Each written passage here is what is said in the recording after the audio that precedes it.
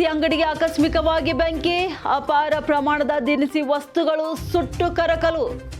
ವಂಕಸಂಬ್ರ ಗ್ರಾಮದಲ್ಲಿ ನಡೆದ ಘಟನೆ. ಯಾದಗಿರಿ ತಾಲೂಕಿನ ವಂಕಸಂಬ್ರ ಗ್ರಾಮದಲ್ಲಿ ನಡೆದ ಘಟನೆ. ವಿಶ್ವನಾಥ್ ಶೆಟ್ಟಿ ಅವರಿಗೆ ಸೇರಿದ ದಿನಸಿ ಅಂಗಡಿ 55,000 ನಗದು ಹಣ ಹಾಗೂ 2 ಲಕ್ಷ ರೂಪಾಯಿ ಮೌಲ್ಯದ ದಿನಸಿ ವಸ್ತುಗಳು ಸುಟ್ಟು ಹಾನಿ. ಅಗ್ನಿಶಾಮಕ ದಳದಿಂದ ಬೆಂಕಿ ನಂದಿಸುವ ಕಾರ್ಯ. ಗುರುಮಠಕಲ್ ಪೊಲೀಸ್ ಠಾಣೆ ವ್ಯಾಪ್ತಿಯಲ್ಲಿ ನಡೆದ ಘಟನೆ.